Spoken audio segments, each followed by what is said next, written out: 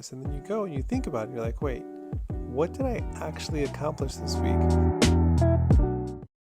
As a small business owner, sometimes don't you ever find yourself where, let's say you're trying to explain to a friend or a colleague or even your spouse, and you're trying to tell them how busy and stressful your week was. But then when you're actually recalling how the week went, you can't really figure out what you did.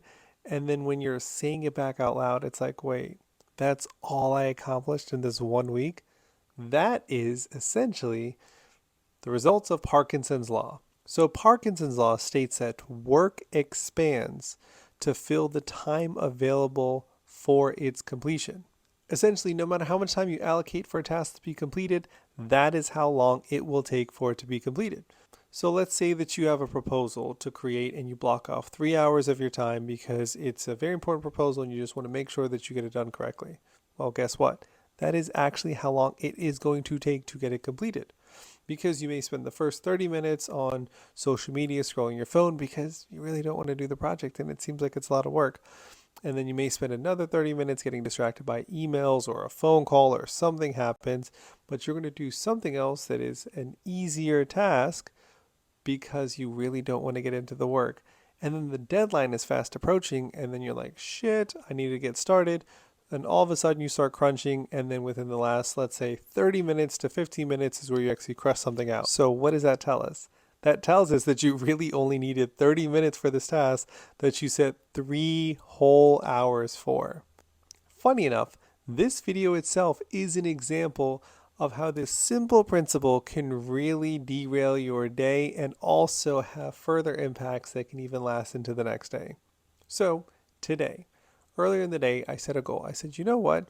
I'm going to make a video on Parkinson's law because I feel like it is a super critical principle. So I said, okay, cool. Before I go to bed tonight, I'm going to record a video on Parkinson's law.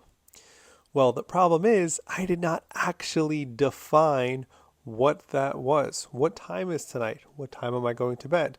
So now it is 11:40, and guess what I spent the last 2 hours doing?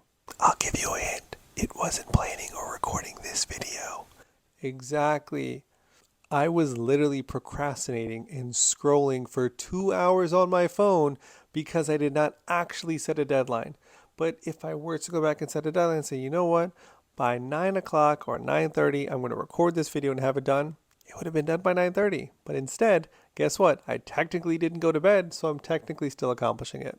The irony of Parkinson's law is that if you actually give yourself less time to complete the project, you'll still produce quality work and you would have saved hours, sometimes even days, depending on the project. So let's cut the procrastination and get some of our time back. Because honestly, is it just me or does it feel like just, we take a break and scroll on our phone because that's what we want to do to relax the brain. But afterwards, I honestly feel more stressed out and I feel even worse. And I just wasted all that time that I could have used to, catch up on sleep. So, if the problem is overestimating a project or task, what is the solution? Well, first, you need to have a clear idea on what the task or project objective actually is. If it's not clearly defined, you will get distracted along the way.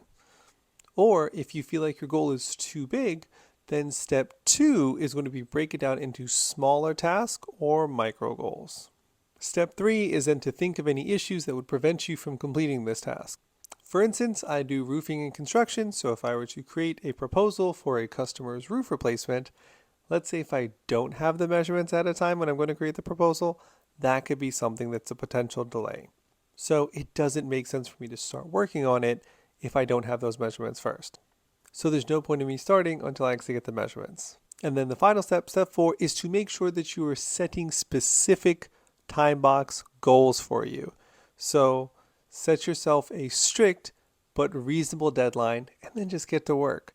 For instance, if you're going to do a proposal, it should never take 3 hours to get it done, unless you need to calculate measurements or do other things. And then if that's the case, break that down into smaller tasks and be like, okay, let me figure out my materials first. Let me figure out my subcontractor labor costs or whatever the case is, but break it down into micro goals to where it's manageable. Remember, Time is the only commodity that you could never get back, which makes it the most valuable commodity. So please, let's make sure we do some proper planning and don't let Parkinson's law get to you.